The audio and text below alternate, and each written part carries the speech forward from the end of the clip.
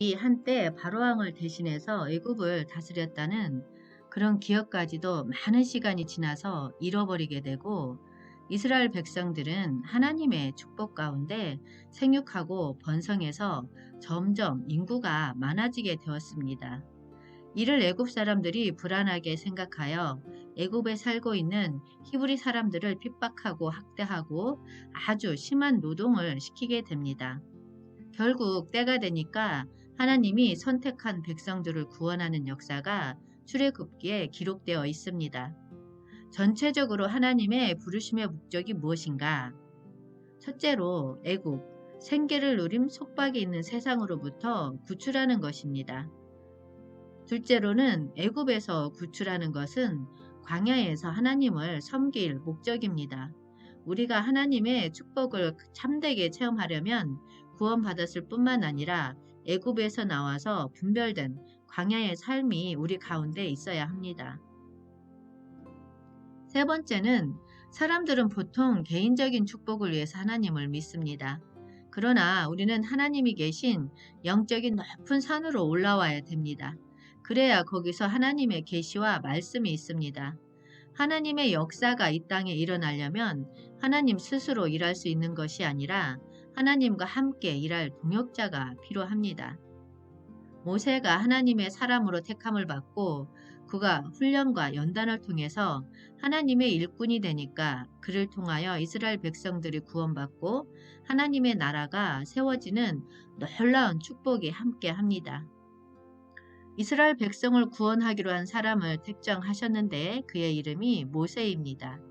출애굽기 2장 1절에서 2절 말씀에 레위 가족 중 한 사람이 가서 레위 여자에게 장가들어 그 여자가 임신하여 아들을 낳으니 그가 잘생긴 것을 보고 석 달 동안 그를 숨겼으나 아멘. 그 당시 남자아이를 낳으면 다 죽이는 상황 가운데 한 사내 아이가 태어났습니다. 그의 부모는 모두 레인이었습니다. 이 레이 여자가 아들을 낳았는데 그 아들의 준수함을 보고 하나님의 사람 같다 이런 마음에 감동이 왔습니다. 이것은 단지 부모의 눈에만 잘생겨 보였다는 의미가 아닙니다. 사도행전 7장 20절 말씀에 그때 모세가 낳는데 하나님 보시기에 아름다운지라 그의 아버지의 집에서 석 달 동안 길리더니 아멘. 그 아이는 하나님 보시기에 아름다웠습니다. 아이가 자라면서 더 이상 숨길 수 없어서 조금은 의도적으로 바로의 딸이 목욕하는 쪽으로 갈대 상자에 그 아이를 담아서 띄어보내게 됩니다. 그 갈대 상자를 바로의 딸이 보게 되고 그 아이를 키우게 됩니다. 유모가 필요한데 모세의 어머니가 유모가 되어서 자식을 키우게 됩니다. 결국 모세는 바로 궁정에서 자라게 됩니다. 왕자로서 최고의 교육을 받고 최고의 문화와 최고의 인격으로 훈련되는 체험을 갖게 됩니다. 사도행전 7장 22절 말씀에 모세가 애굽 사람의 모든 지혜를 배워 그의 말과 하는 일들이 능하더라. 아멘. 모세는 나름대로 훌륭한 교육을 받고 지식과 말씀의 능력이 있었습니다. 그래서 그의 나이가 40세가 되었습니다.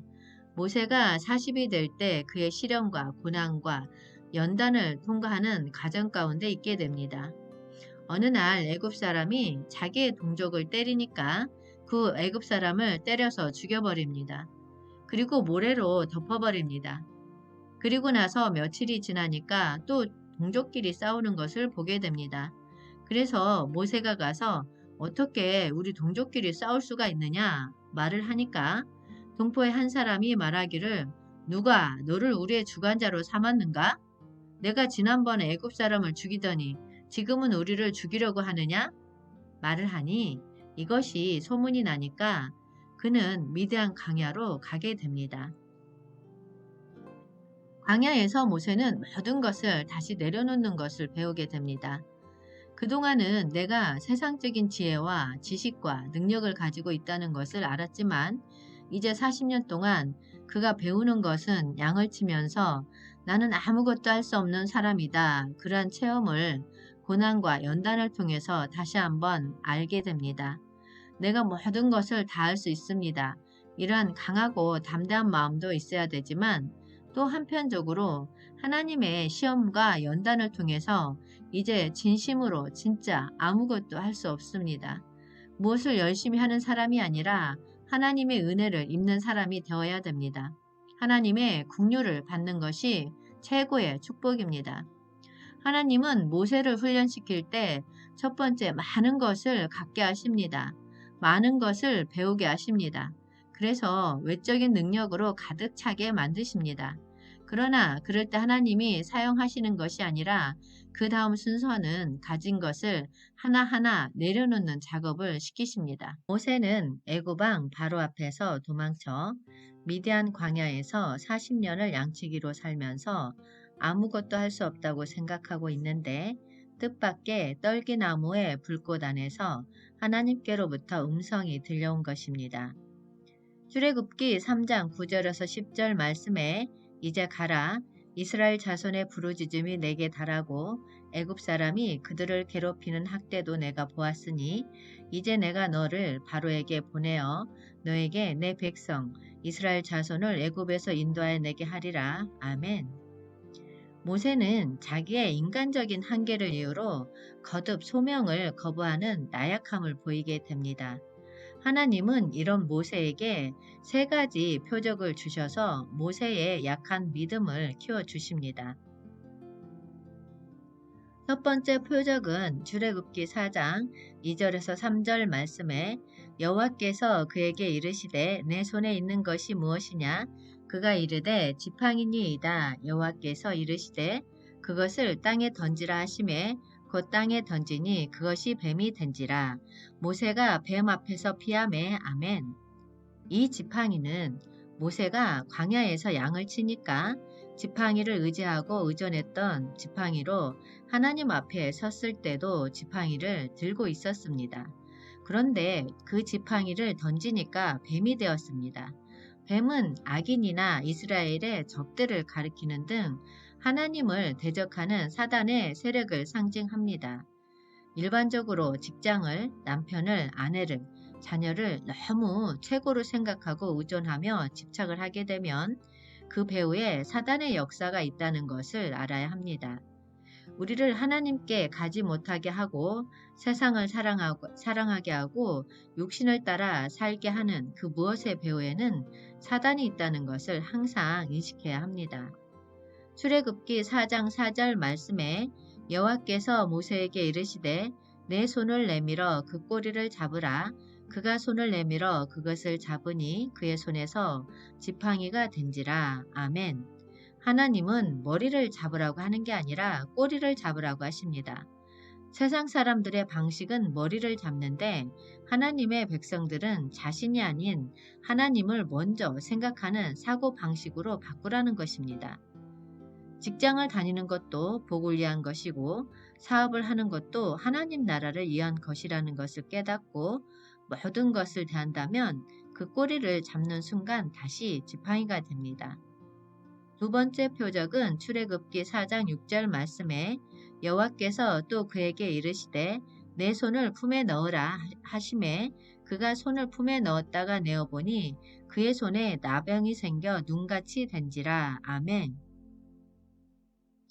나병 곧 문둥병은 고대로부터 사람들이 가장 무서워하는 병입니다. 불치병으로 성경에도 하나님의 징계로 나타나는 병이라 했습니다. 이렇듯 우리들 속에서 생각 속에서 나오는 것들은 죄로 말미암아 부패하고 썩어 버렸다는 것입니다.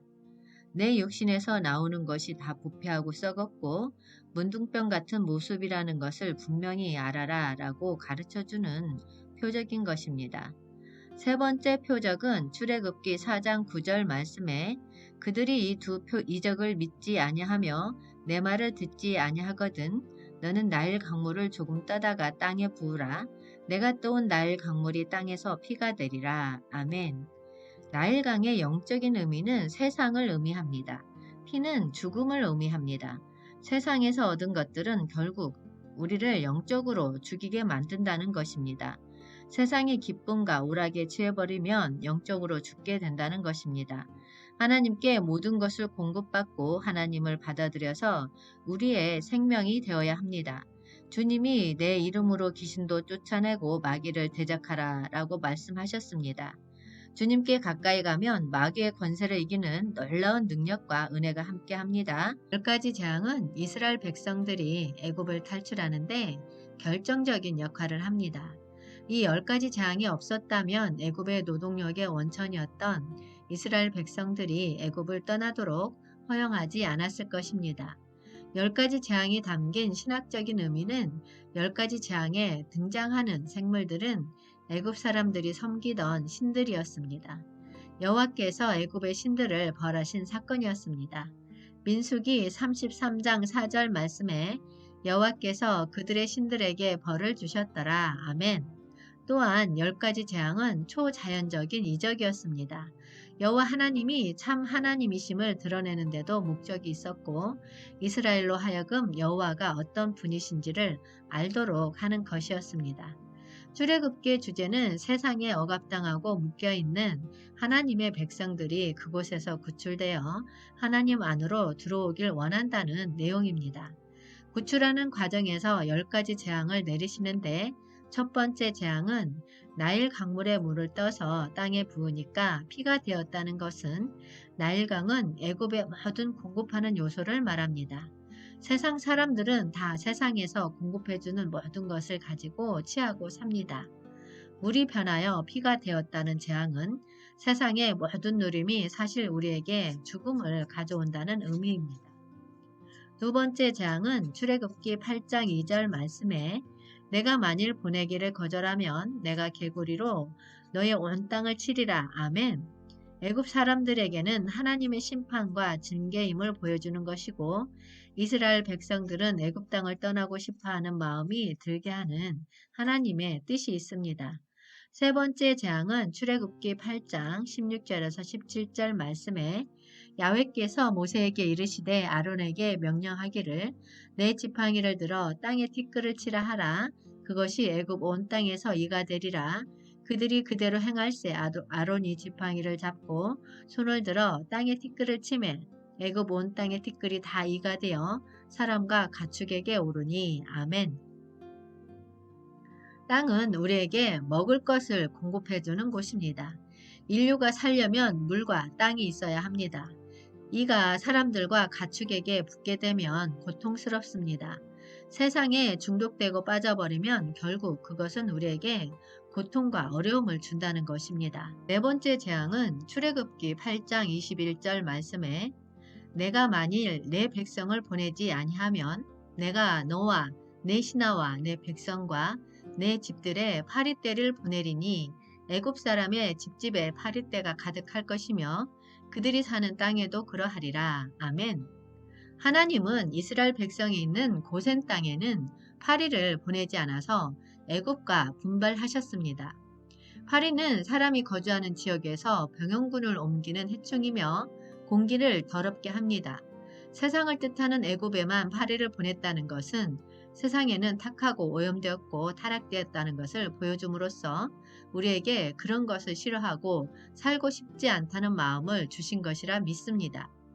다섯 번째 재앙은 출애굽기 9장 2절에서 4절 말씀에 내가 만일 보내기를 거절하고 억지로 잡아두면 여호와의 손이 들에 있는 내 가축 곧 말과 나귀와 낙타와 소와 양에게 더하리니 심한 돌리병이 있을 것이며 여호와가 이스라엘의 가축과 애굽의 가축을 구별하리니 이스라엘 자손에게 속한 것은 하나도 죽지 아니하리라 하셨다 하라 하시고. 아멘.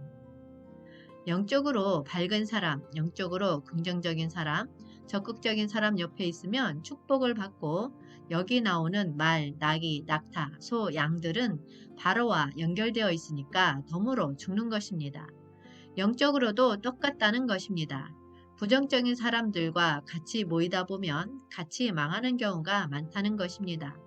여섯 번째 재앙은 출애굽기 9장 8절에서 9절 말씀에 여호와께서 모세와 아론에게 이르시되 너희는 화덕에 제 두 움큼을 가지고 모세가 바로의 목전에서 하늘을 향하여 날리라.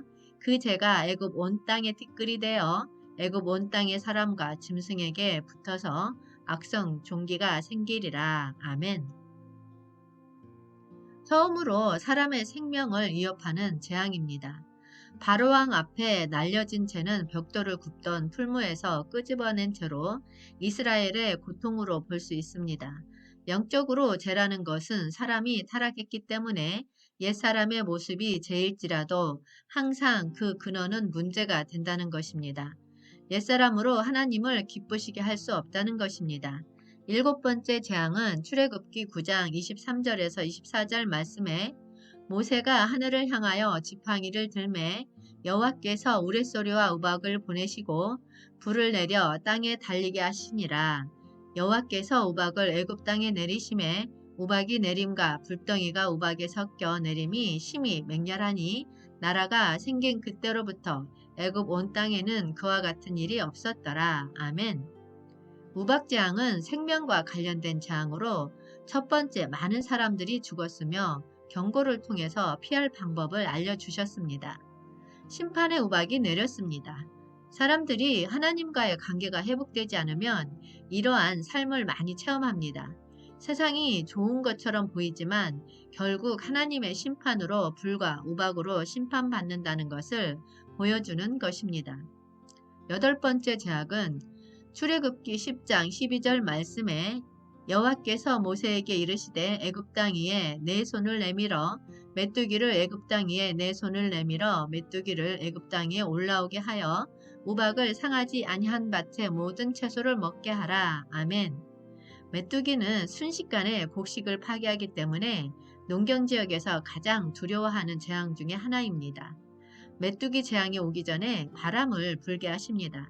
그런데 그 바람이 성령의 바람처럼 신선한 바람이 불어야 되는데 하나님의 심판의 바람이 불게 되면 메뚜기가 온다는 것입니다.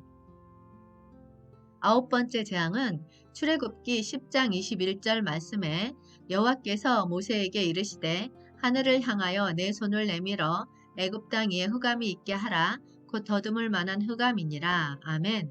이 재앙은 해가 가장 잘 드는 나라 위에 내린 것입니다. 칠흑 같은 어둠이 되어서 자기 처소에서 일어나는 자가 없을 정도였습니다. 그러나 이스라엘 자손들에게는 빛이 있었습니다.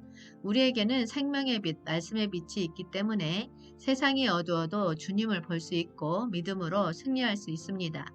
열 번째 재앙은 모든 사람이든 가축이든 장자가 죽는 것입니다. 하나님께서는 10가지 재앙을 이스라엘 백성에게는 하나의 경고로 세상의 악함과 더러움과 타락한 모습을 끊게 해주시고 애굽 사람에게는 하나님의 징계와 심판을 보여주는 사건입니다. 승을 잡아 그 피를 제단에 뿌림으로 인간의 죄가 용서받는 예수님의 십자가 희생의 그림자일 뿐입니다. 요한복음 1장 29절 말씀에 이튿날 요한이 예수께서 자기에게 나아오심을 보고 이르되 보라 세상 죄를 지고 가는 하나님의 어린 양이로다. 아멘. 이 땅에 오신 어린 양 예수의 보혈만이 우리를 죄에서 구원하고 죽음의 자리에서 건져내실 수 있습니다. 출애굽기 12장 13절 말씀에 내가 애굽 땅을 칠 때에 그 피가 너희가 사는 집에 있어서 너희를 위하여 표적이 될지라. 내가 피를 볼 때에 너희를 넘어가리니 재앙이 너희에게 내려 멸하지 아니하리라. 아멘. 넘어간다는 단어가 유월절이라는 뜻입니다. 죽고 사는 갈림길의 중요한 요인은 어린 양의 피가 문 인방과 좌우 설주에 발라졌을 때 죽음의 천사가 다가와서 그 집을 넘어가고 그 집에는 생명의 역사가 나타난 것을 알 수 있습니다. 유대인일지라도 미처 피를 바르지 못한 집은 그 장자가 죽임을 당하고 이집트인일지라도 그 재앙이 두려워서 장남을 유대인 친구의 집에 머물게 했다면 그 장자가 보호를 받는 것입니다. 인간이 구원받고 보호받는 것은 그의 선함이나 행위가 아니라 온전한 예수님의 은혜라는 것입니다. 예수님의 보혈의 공로를 의지하고 믿는 자가 은혜로 구원을 받는다는 것입니다. 유월절의 시기는 출애굽기 12장 2절 말씀에 이 달을 너희에게 달의 시작 곧 해의 첫 달이 되게 하고 아멘. 일반적인 달은 1월부터 진행이 되지만 하나님이 우리에게 주신 달력은 7월달이 첫 번째 달입니다. 7월달을 이스라엘 백성에게 첫 달이 되게 하셨을까요? 창세기 8장 4절 말씀에 일곱째 달 곧 그 달 11의 날에 방주가 아라랏산에 머물렀으며 아멘. 영적으로 노아의 방주가 아라랏산에 머무른 것은 그리스도의 부활을 상징하는데 그 날짜가 7월 17일이라는 것입니다. 주님이 죽으신 것은 유대인 달력으로 7월 14일이고 그리고 3일 후 7월 17일에 부활하셨습니다. 이런 영적인 그림이 계획되어 있었던 것입니다. 유월절 양은 출애굽기 12장 3절 말씀에 너희는 이스라엘 온 회중에게 말하여 이르라 이달 열흘에 너희 각자가 어린 양을 취할지니 각 가족대로 그 식구를 위하여 어린 양을 취하되 아멘. 하나님께 드리는 양은 기본적으로 각 가족대로 어린 양을 취하라고 하셨습니다. 하나님의 구원의 단위가 가족인 것을 기억해야 됩니다. 누가복음 19장 9절 말씀에 예수께서 이르시되 오늘 구원이 이 집에 이르렀으니 이 사람도 아브라함의 자손이미로다. 아멘. 삭개오가 구원을 받을 때 주님께서 오늘 내 집에 구원이 임하였다 말씀하셨습니다. 사도행전 16장 30에서 31절 말씀에 그들을 데리고 나가 이르되 선생들이여 내가 어떻게 하여야 구원을 받으리이까 하거늘 이르되 예수를 믿으라 그리하면 너와 내 집이 구원을 받으리라 하고 아멘. 바울과 신라가 간수에게 주 예수를 믿으라 그리하면 너와 내 집이 구원을 받는다 라고 말씀하셨습니다. 노아의 홍수 심판 때도 노아의 온 가족이 구원을 받았습니다. 하나님의 눈에 볼 때는 부모가 믿게 되면 온 가족이 구원을 받게 되는 영적인 의미가 포함되어 있습니다. 우리가 세상에서 빠져나와야 참된 구원의 시작을 가질 수 있습니다. 하나님의 구원을 체험하려면 하나님의 심판에서 벗어나기 위해서 예수님을 유월절 어린 양으로 받아들여야 합니다. 세상에서 나올 때 낮에는 구름기둥, 밤에는 불기둥으로 하나님의 인도에 따라 나올 때 그곳에서 나오는 축복이 함께 합니다. 하나님의 인도를 받으려면 하나님을 위해서 분별된 삶과 거룩한 삶, 죄짓지 않는 삶이 필요합니다. 우리가 하나님을 닮아가고 하나님의 능력적인 삶을 살 뿐만 아니라 성령의 열매도 맺는 삶이 나타나면 자연스럽게 하나님의 인도가 나타납니다. 우리는 항상 부활의 영, 성령으로 충만해야 합니다. 하나님은 빠른 길도 있지만 많은 경우에 우회해서 시험과 환난을 통과하는 일들을 하십니다. 축복의 땅은 체질이 변해야 들어가기 때문에 광야로 인도한 다음에 하늘에서 만나를 주시고 깨어진 반석에서 나온 생수를 주십니다. 만나의 영적인 의미는 무엇일까요? 첫째, 만나는 예수 그리스도를 상징합니다. 요한복음 6장 48절에서 51절 말씀에 내가 곧 생명의 떡이니라 너희 조상들은 광야에서 만나를 먹었어도 죽었거니와 이는 하늘에서 내려오는 떡이니 사람으로 하여금 먹고 죽지 아니하게 하는 것이니라 나는 하늘에서 내려온 살아있는 떡이니 사람이 이 떡을 먹으면 영생하리라 내가 줄 떡은 곧 세상의 생명을 위한 내 살이니라. 아멘. 만나는 예수 그리스도께서 찢기신 그 살과 흘리신 피인 것을 알 수 있습니다. 두 번째 만나는 성도의 영적인 양식인 하나님의 말씀을 의미합니다. 출애굽기 16장 31절 말씀에 이스라엘 족속이 그 이름을 만나라 하였으며 가시같이 희고 맛은 꿀 섞은 과자 같았더라. 아멘. 만나는 작은 가시 같습니다. 영적인 진리는 아무리 작은 것이라도 무시하지 말고 매일 먹어야 합니다. 만나는 하늘에서 내립니다. 땅에 속한 것이 아니라 하나님께 속한 것입니다. 출애굽기 16장 14절 말씀에 그 이슬이 마른 후에 광야 지면에 작고 둥글며 서리같이 가는 것이 있는지라. 아멘. 만나가 내릴 때는 정확하게 이슬과 함께 내린다는 말씀이 기록되어 있습니다. 이슬이 내리는 시기는 새벽입니다. 하루가 다 지나가고 새로운 태양이 떠오르기 직전, 즉 새날이 밝기 전에 내립니다. 여기서 말하는 이슬은 은혜를 말합니다. 우리가 하나님 말씀의 은혜를 받으면 만나이신 예수님이 함께 온다는 것입니다. 이슬은 조용하고 소리 없이 내립니다. 그리고 이슬은 햇빛과 공기와 함께 만물의 생명 유지에 가장 필요한 것입니다. 이것이 이슬의 장점입니다. 보이지 않는데 존재합니다. 하나님의 역사는 이슬처럼 소리 없이 조용하게 진행되고 시대가 바뀌는 것을 알 수 있습니다. 우리가 하나님 말씀의 은혜를 입으면 예수님이 함께 오시기 때문에 축복이 나타나고 기적이 일어납니다. 예수님이 온다는 것은 생명이 역사한다는 것입니다. 출애굽기 17장 1절 말씀에 이스라엘 자손의 온 회중이 여호와의 명령대로 신광야에서 떠나 그 노정대로 행하여 느비듬의 장막을 쳤으나 백성이 마실 물이 없는지라. 아멘. 이스라엘 백성은 여호와의 명령대로 신광야를 떠나 느비듬의 장막을 쳤으나 마실 물이 없었습니다. 그들은 구름기둥, 불기둥으로 그분의 인도를 따라왔는데 왜 마실 물이 없는가? 그들은 서로 다툼과 원망만 나왔습니다. 모세에게는 몹시도 무거운 짐이요 괴로움이었습니다. 그러므로 부르짖어야만 했습니다. 모세가 부르짖을 때 여호와께서 하나님의 지팡이를 가지고 호렙산 그 반석 앞으로 가라고 하셨습니다. 그 반석 위에 하나님께서 계시겠다고 하셨으며 그 반석에서 물이 나오리라 하셨습니다. 출애굽기 17장 6절 말씀에 내가 호렙산에 있는 그 반석이 거기서 내 앞에 서리니 너는 그 반석을 치라. 그것에서 물이 나오리니 백성이 마시리라. 모세가 이스라엘 장로들의 목전에서 그대로 행하니라. 아멘.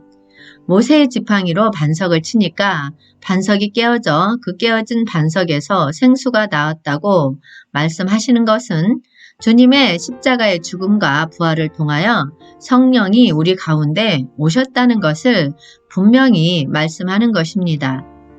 고린도전서 10장 2절에서 4절 말씀에 우리 조상들이 다 구름 아래에 있고 바다 가운데로 지나며 모세에게 속하여 다 구름과 바다에서 세례를 받고 다 같은 신령한 식물을 먹으며 다 같은 신령한 음료를 마셨으니 이는 그들을 따르는 신령한 반석으로부터 마셨음에 그 반석은 곧 그리스도시라. 아멘. 종교적인 의식을 떠난다면 성경은 항상 우리에게 하나님을 섬기는 의미가 먹고 마시는 것이라는 가르침을 우리에게 줍니다. 요한계시록 22장 17절 말씀에 성령과 신부가 말씀하시기를 오라 하시는도다. 듣는 자도 오라 할 것이요 목마른 자도 올 것이요 또 원하는 자는 값없이 생명수를 받으라 하시더라. 아멘. 생명나무는 먹기 위한 것이고 생수는 마시기 위한 것입니다. 생명수를 마음껏 마시라고 우리를 부르시는 줄 믿습니다. 주님은 대신 매맞은 반석이십니다. 생수 대신 그분을 접촉할 수 없으면 공급받을 수 없습니다. 그러나 대신 형벌받으신 그분을 믿고 항상 내 허물, 제 약함 모두 가지고 그분 앞에 나아가면 나는 의로운 자로 인정되고 그분과 접촉하며 그분의 생명의 생수를 공급받게 되는 것입니다. 항상 주님의 이름을 부르고 그분의 임재를 얻는 것이 생수를 얻는 것입니다. 출애굽기 17장에서 반석에서 깨어진 생수는 성령을 말씀합니다. 성령에는 두 가지 의미가 있는데 하나는 능력, 또 하나는 생명입니다. 요한복음 4장 14절 말씀에 내가 주는 물을 마시는 자는 영원히 목마르지 아니하리니 내가 주는 물은 그 속에서 영생하도록 솟아나는 샘물이 되리라. 아멘. 솟아난다는 다른 말로 흐른다는 뜻이 있습니다. 요한복음 7장 37절에서 38절 말씀에 명절 끝날 곧 큰 날에 예수께서 서서 외쳐 이르시되 누구든지 목마르거든 내게로 와서 마시라. 나를 믿는 자는 성경의 이름과 같이 그 배에서 생수의 강이 흘러나오리라 하시니. 아멘. 우리가 보통 성령을 이야기할 때는 성령을 마시라 라고 이야기합니다. 마시는 것도 중요하지만 이 생수가 우리 안에서 흘러나가야 된다는 것입니다. 우리가 성령의 마심을 강력하게 느끼지 못하고 감동이 없는 경우는 성령의 흐름이 없기 때문입니다. 성령을 마실 뿐만 아니라 성령이 흘러나갈 때 성령의 역사를 강력히 체험하게 됩니다. 에스겔 47장 9절 말씀에 이 강물이 이르는 곳마다 번성하는 모든 생물이 살고 또 고기가 심이 많으리니 이 물이 흘러 들어가므로 바닷물이 되살아나겠고 이 강이 이르는 각처의 모든 것이 살 것이며 아멘. 갇혀있는 물은 언젠가는 부패되어 썩게 되고 생명을 잃어버릴 것입니다. 아무리 훌륭한 자격증도 가지고 있더라도 써먹지 않으면 감각을 잃어버려 무용지물이 될 것입니다. 그런 것과 마찬가지로 생명력을 유지하려면 날마다 새로운 물을 공급받아야 합니다.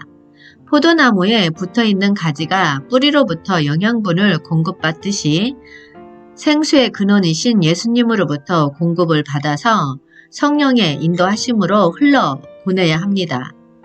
성령을 흘러보내는 길은 말해내는 것이 하나님 말씀입니다. 찬양을 많이 하고 말씀을 선포하고 소리내어 기도하는 것 등이 우리의 입술을 통해서 주님을 위한 하나님의 말씀의 고백이 필요합니다. 이것이 생명수를 흘러내보내는 것입니다. 간증이나 선포를 통해 말해낼 때 성령의 역사가 채워져서 새 힘을 얻게 되고 복음에 대한 열정, 기도, 주님에 대한 열정이 회복되어서 치유의 역사, 능력의 역사가 충만하게 됩니다. 이스라엘 백성은 유월절에 하나님의 심판들, 홍해바다를 건널 때 애굽 군사들을 바다에서 멸하고 애굽에서 구원을 받을 때부터 깨어진 반석에서 생수를 마음껏 마실 때까지 한 번도 직접 전쟁을 한 적은 없었습니다. 다 하나님이 하신 것입니다.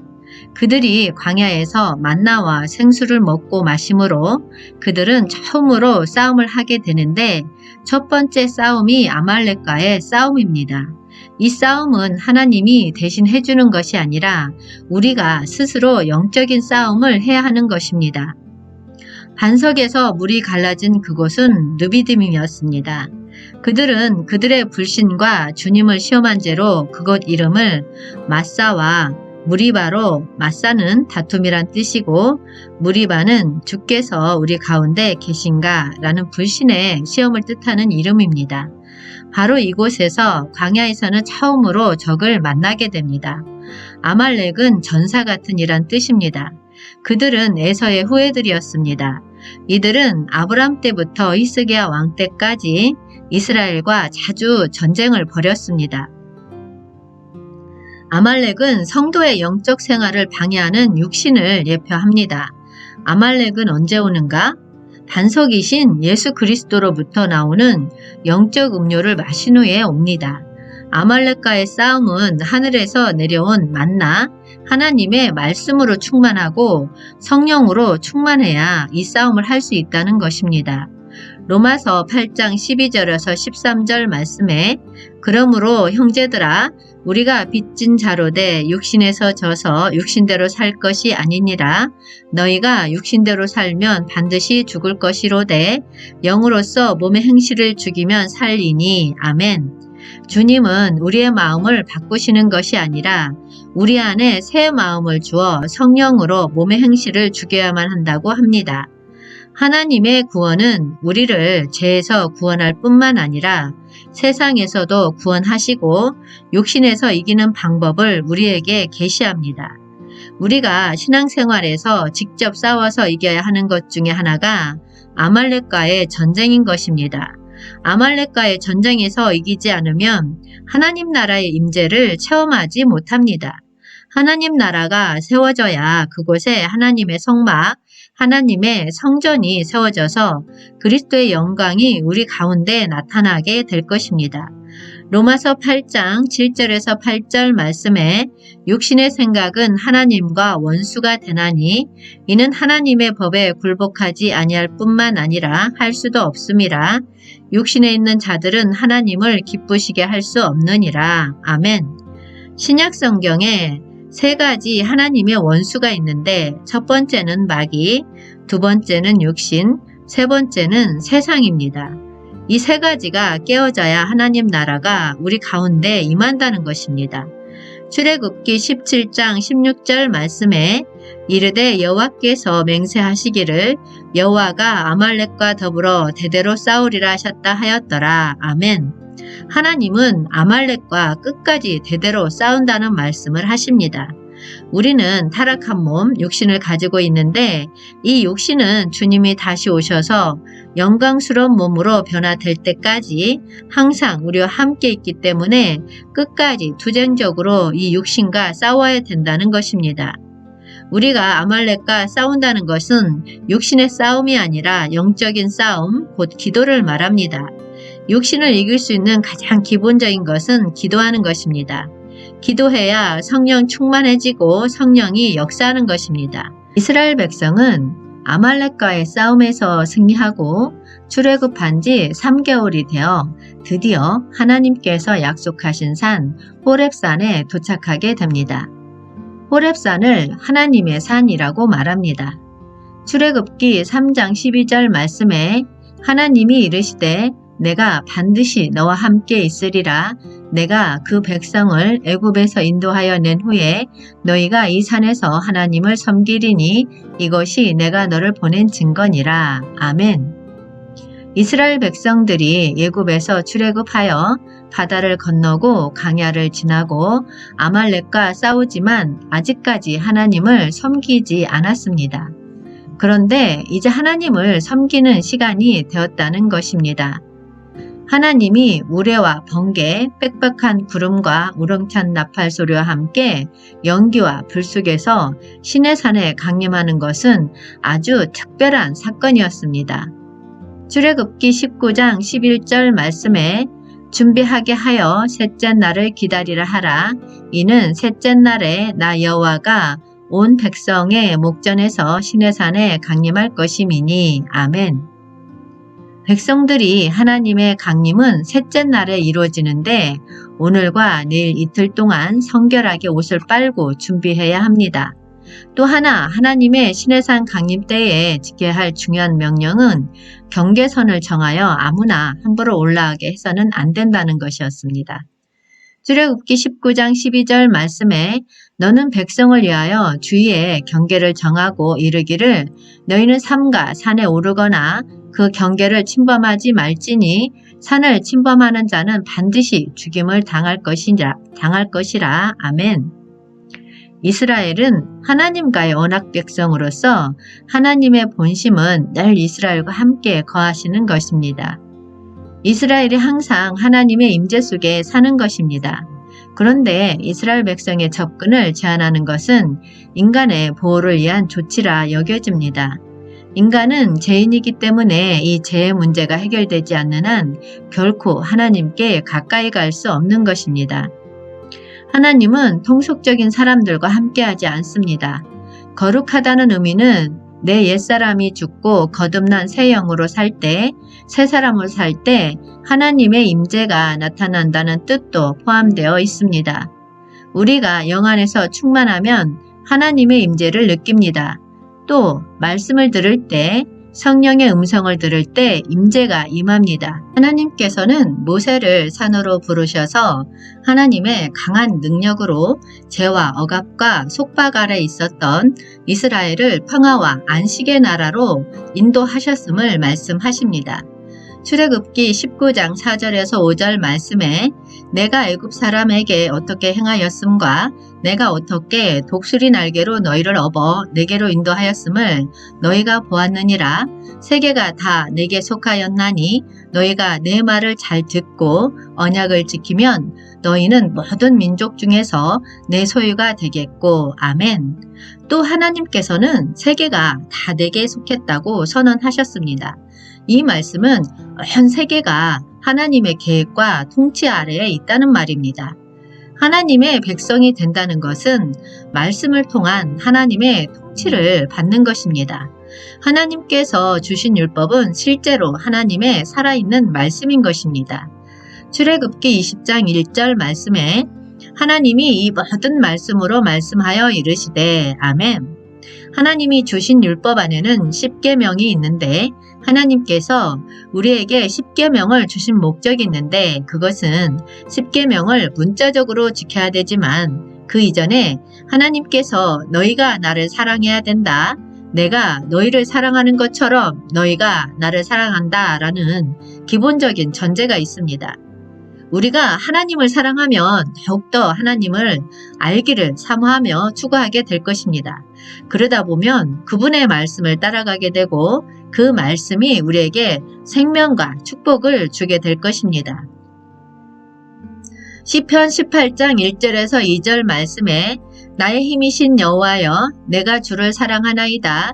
여호와는 나의 반석이시요 나의 요새시요 나를 건지시는 이시요 나의 하나님이시요 내가 그 안에 피할 나의 바위시요 나의 방패시요 나의 구원의 뿌리시요 나의 산성이시로다. 아멘. 하나님을 섬기며 살면서도 하나님의 힘으로 삼지 아니하고 세상의 것으로 자신의 힘으로 살려고 하고 또 힘을 가진 사람이 되려고 애를 쓴다면 그것은 사단에게 속고 있는 것임을 알아야 합니다. 하나님이 우리를 구원하신 목적이 우리를 이 땅에서 잘 먹고 잘 살게 하기 위함이 아니라 거룩한 하나님의 백성으로 만들어 하나님 나라로 이끌어 가시는 게 목적입니다. 그래서 하나님께서는 택하신 자기 백성들이 하나님 외에 다른 것으로 힘으로 삼거나 결코 그것을 의지하지 못하게 하십니다. 하나님을 사랑하는 게 기본적으로 되어 있으면 오직 주님만을 간절히 추구하는 심령이 되어 추구하게 됩니다. 시편 119장 2절 말씀에 여호와의 증거들을 지키고 전심으로 여호와를 구하는 자는 복이 있도다. 아멘. 시편 119장 10절 말씀에 내가 전심으로 주를 찾았사오니 주의 계명에서 떠나지 말게 하소서. 아멘. 우리가 하나님을 사랑하고 하나님을 갈망하고 하나님을 추구하고 하나님을 찾아야 됩니다. 하나님이 우리에게 계명을 주신 이유는 우리 힘으로 지키라는 것이 아니라 너희가 나를 찾고 나를 만남으로 말미암아 그 힘으로 하나님의 계명, 율법을 지키라고 말씀하시는 것입니다. 하나님께서 이스라엘 백성들에게 율법과 규례를 주신 목적은 주신 사실뿐만 아니라 그 율법과 규례를 통하여 하나님 백성을 훈련과 연단과 변화를 통하여 하나님이 예비하신 축복의 땅에 들어가기 위한 것입니다. 출애굽기 23장 20절 말씀에 내가 사자를 내 앞서 보내어 길에서 너를 보호하여 너를 내가 예배한 곳에 이르게 하리니. 아멘. 광야를 통과하여 가나안 땅까지 가는 길은 어려운 길입니다. 하나님께서는 먼저 사자를 앞서 보내어 보호하시고 인도해 주시겠다고 약속해 주십니다. 출애굽기 23장 25절에서 26절 말씀에 내 하나님 여호와를 섬기라. 그리하면 여호와가 너희의 양식과 물에 복을 내리고 너희 중에서 병을 제하리니 내 나라에 낙태하는 자가 없고 임신하지 못하는 자가 없을 것이라. 내가 너의 날수를 채우리라. 아멘. 하나님께서는 가나안 땅에서 여호와만 섬기면 적들이 침공해 와도 왕벌을 통하여 적들을 쫓아내어 주실 것이며 이스라엘을 위하여 필요한 모든 것을 풍요롭게 채워주시겠다고 약속하고 계십니다. 출애굽기 23장 30절 말씀에 내가 번성하여 그 땅을 기업으로 얻을 때까지 내가 그들을 내 앞에서 조금씩 쫓아내리라. 아멘. 이스라엘 백성들이 가나안 땅에 도착해서 쉽게 정복하고 쉽게 정착할 수 있도록 조금씩 가나안의 족속들을 쫓아내어 주시겠다고 말씀하십니다. 출애굽기 23장 31절 말씀에 내가 내 경계를 홍해에서부터 블레셋 바다까지 광야에서부터 강까지 정하고 그 땅의 주민을 내 손에 넘기리니 내가 그들을 내 앞에서 쫓아낼지라. 아멘. 하나님이 예비하신 가나안 땅의 위치가 일반적인 땅보다 조금 높은 곳입니다. 그리스도는 영적인 높은 산 위에 계시다는 것입니다. 그분을 만나고 누리려면 영적으로 올라가야 된다는 것입니다. 가나안 땅은 이 땅에서 누릴 그리스도가 예비하신 축복을 말합니다. 그리스도 안에 있는 놀라운 축복들을 누려야 되는데 방해자들이 있어서 방해자들을 하나씩 쫓아내야 되는 것입니다. 어둠의 영들, 더러운 질병의 귀신, 가난의 귀신, 악한 귀신들을 쫓아내어야 축복이 나의 것이 되는 것입니다. 가나안 땅은 우리 힘으로 들어가는 것이 아니라 그리스도를 통해서 그리스도와 함께 그 땅에 들어가야 되는 것입니다. 출애굽기 23장 21절 말씀에 너희는 삼가 그의 목소리를 청종하고 그를 노엽게 하지 말라. 그가 너희의 허물을 용서하지 아니할 것은 내 이름이 그에게 있음이니라. 아멘. 하나님이 보내신 그리스도의 말씀에 순종해야 합니다. 성령의 인도에 불순종하지 말라는 것입니다. 용서하지 않는다는 뜻은 우리에게 기쁨을 주지 않는다는 뜻입니다. 하나님 말씀에 청종하면 하나님이 우리의 원수를 끊어주시고 정리하십니다. 하나님께서 이스라엘 자손에게 십계명을 주셨는데 주신 목적은 하나님께서 하나님 자신을 우리에게 보여주시는 것입니다. 이 십계명을 통해서 하나님이 의로우시고 거룩하시고 사랑이시고 신실하시고 질투가 있으신 분이심을 알게 됩니다.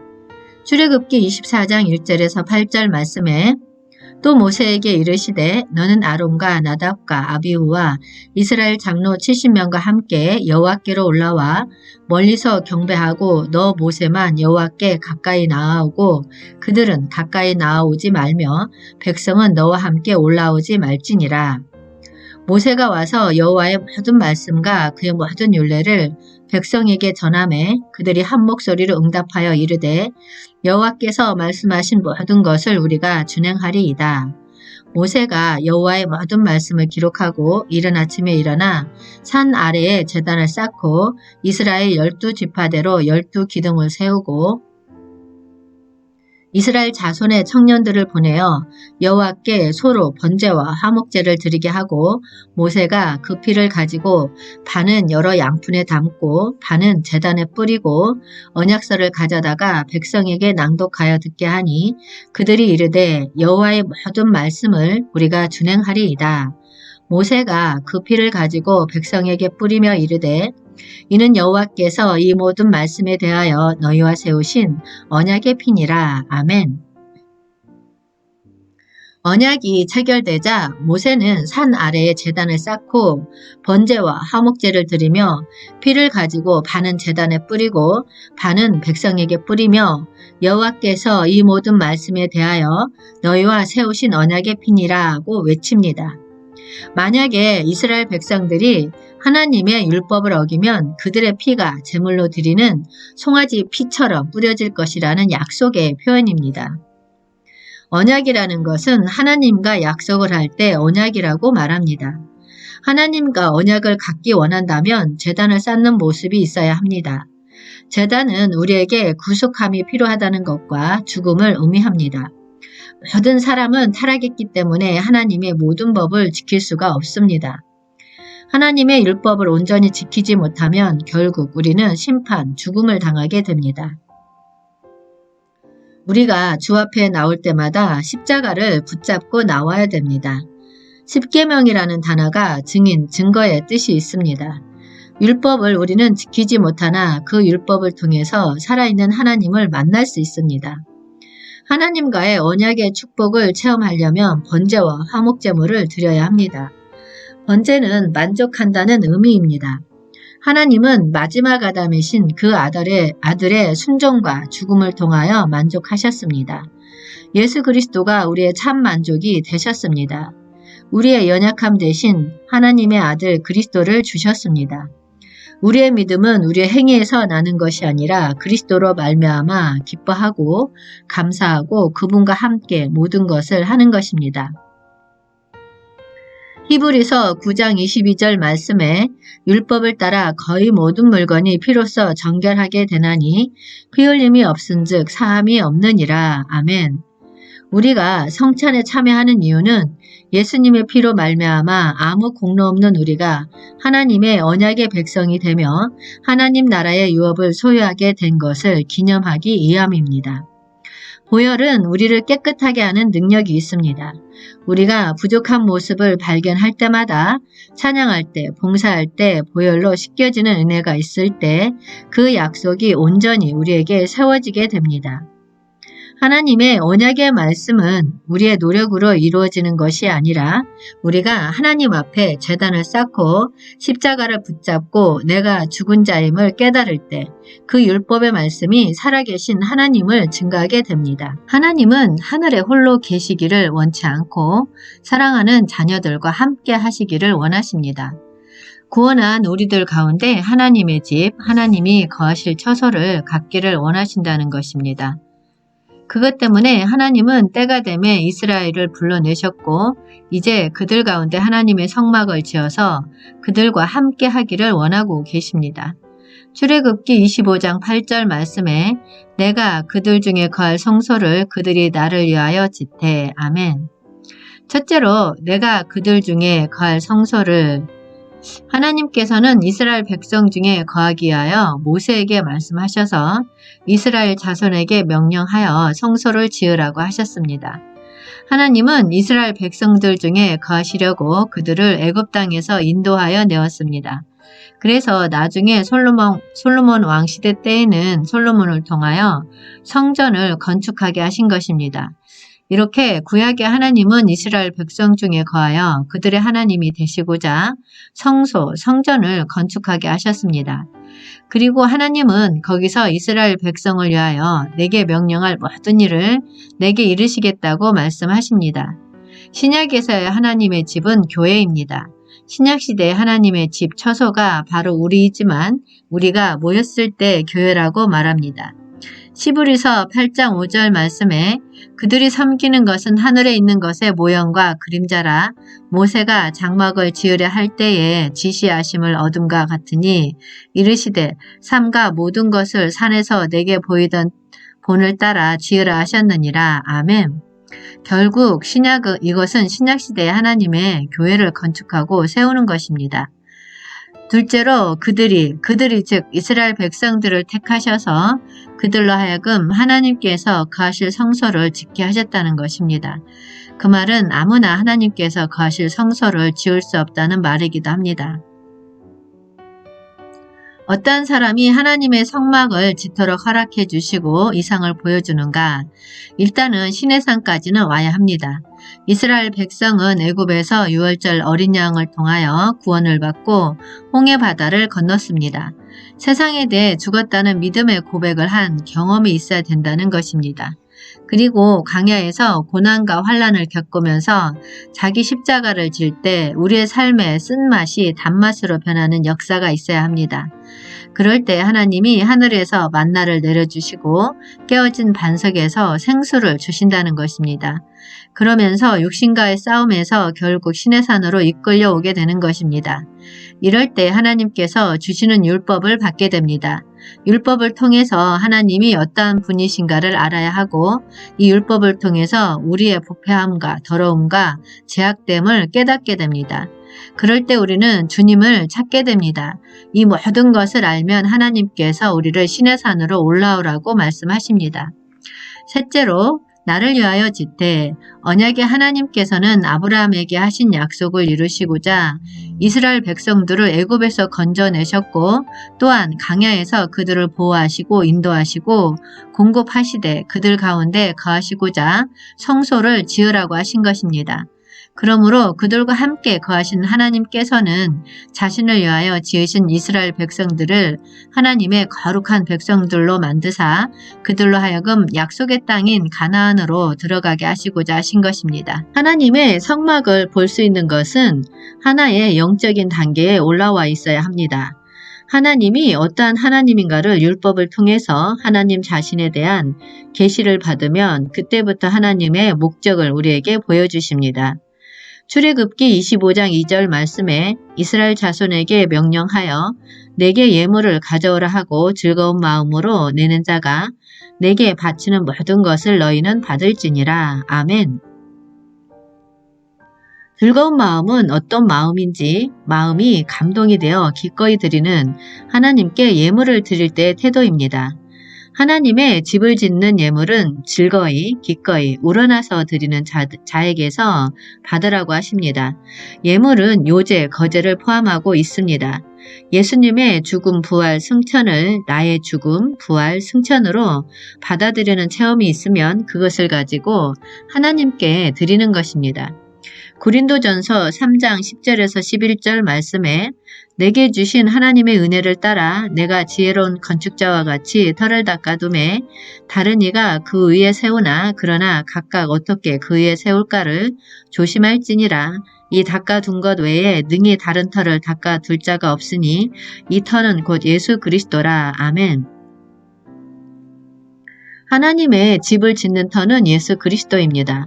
모든 재료가 예수님이지만 우리가 만난 예수의 영적인 체험의 재료를 가지고 쓰신다는 것입니다. 그리스도를 터로 삼고 모든 것을 지어야 된다는 것입니다. 출애굽기 25장 3절 말씀에 너희가 그들에게서 받을 예물은 이러하니 금과 은과 녹과 아멘. 금은 믿음을 말합니다.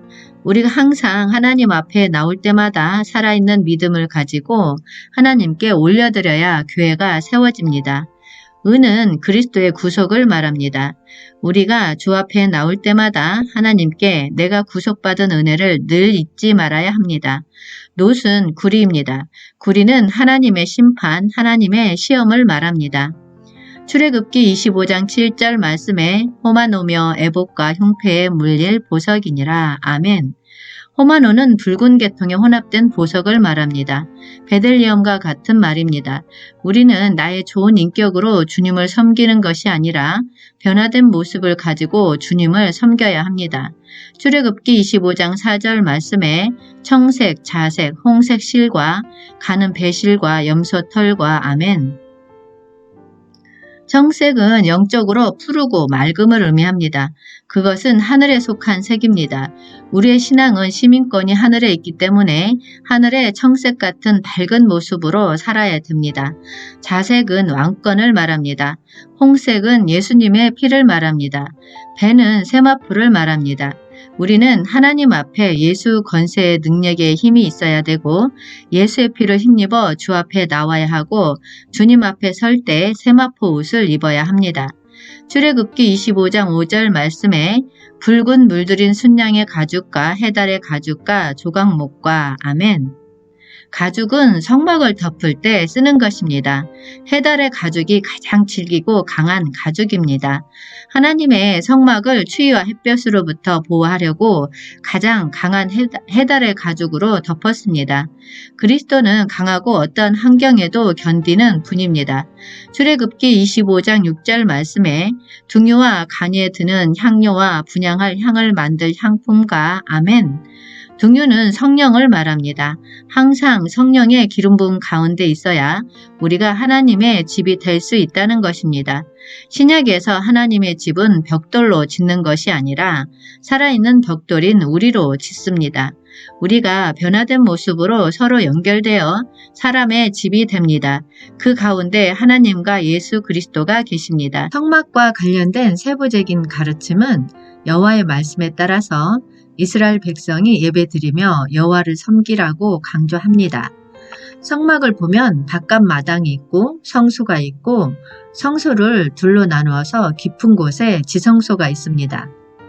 마당에는 물두멍, 번제단이 있고 성소 안에 들어가면 진설병이 있고 그 맞은편에 금촛대가 있고 휘장 바로 앞에는 하나님께 기도하는 향단, 금으로 만든 향제단이 있습니다. 그 안에 지성소에 들어가면 하나님의 언약궤, 증거궤가 있습니다. 증거궤는 그리스도를 예표하고 그리스도를 말한다는 것을 기본 전제로 해야 합니다. 출애굽기 25장 10절에서 11절 말씀에 그들은 조각목으로 궤를 짜되 길이는 2규빗반, 너비는 1규빗반, 높이는 1규빗반이 되게 하고 너는 순금으로 그것을 싸되 그 안팎을 싸고 위쪽 가장자리로 돌아가며 금태를 두르고 아멘. 나무는 예수님의 인성을 말합니다. 금은 하나님의 신성, 영원히 변치 않는 것을 말합니다. 예수 그리스도가 사람일 뿐만 아니라 금, 신성을 가지고 있다는 것입니다. 하나님의 성막이 지어지는 모든 것은 하나님과 사람의 연합이다라는 의미입니다. 증거궤를 만들 때는 바로 인성을 의미하는 조각목과 신성을 의미하는 금으로 안팎으로 다 싸서 연합된 모습을 만들라는 것입니다. 증거궤가 필요한 이유는 살아계신 그리스도는 멈춰있는 분이 아니라 살아있는 영으로 항상 기름 부음을 따라 움직이는 성령입니다. 하나님의 증거궤가 한 곳에 멈춰 있는 것이 아니라 이동되어야 되는 것입니다. 출애굽기 25장 17절 말씀에 순금으로 속죄소를 만들 때 길이는 2규빗반, 너비는 1규빗반이 되게 하고 아멘. 속죄소는 하나님의 증거궤의 뚜껑을 말합니다. 대제사장이 제물의 피를 가지고 기도할 때 향단의 네 귀퉁이에 바르고 그 피를 가지고 지성소 안에 들어가서 증거궤 위에 피를 뿌립니다. 그럴 때 하나님을 만나게 되고 이스라엘의 모든 죄가 용서를 받게 됩니다. 속죄소는 하나님을 만나는 장소입니다. 속죄소를 오직 금으로 만드는 것은 하나님께만이 속죄할 수 있다는 것을 의미합니다. 출애굽기 25장 18절 말씀에 금으로 그룹 둘을 속죄소 두 끝에 쳐서 만들되 아멘. 예수님은 죄를 사하는 권세가 있는 하나님입니다. 그룹은 하나님의 영광을 상징합니다. 하나님이 있을 때 그룹이 있고 그 그룹이 하나님의 영광을 나타내게 되어 있습니다. 영광을 대표하는 것이 그룹인데 속죄소 위에 그룹을 쳐서 만들어내라는 것입니다. 출애굽기 25장 20절 말씀에 그룹들은 그 날개를 높이 펴서 그 날개로 속죄소를 덮으며 그 얼굴을 서로 대하여 속죄소를 향하게 하고 아멘. 그룹은 영광을 의미하는데 영광의 하나님께서 그 속죄소를 덮고 있는 모든 것을 보고 계시다는 것입니다. 출애굽기 25장 21절 말씀에 속죄소를 궤 위에 얹고 내가 내게 줄 증거판을 궤 속에 넣으라. 아멘. 증거판은 십계명이 기록된 판을 말합니다. 출애굽기 25장 22절 말씀에 거기서 내가 너와 만나고 속죄소 위 곧 증거궤 위에 있는 두 그룹 사이에서 내가 이스라엘 자손을 위하여 내게 명령할 모든 일을 내게 이르리라. 아멘. 증거궤의 뚜껑을 씌운 자라고 말합니다. 거기에 피가 뿌려지는 그때 하나님의 영광이 함께해서 임재의 축복을 누리게 됩니다. 속죄소는 예수님이시고 속죄소가 예수님을 말씀하는 것이고 예수님 자체가 곧 하나님을 만나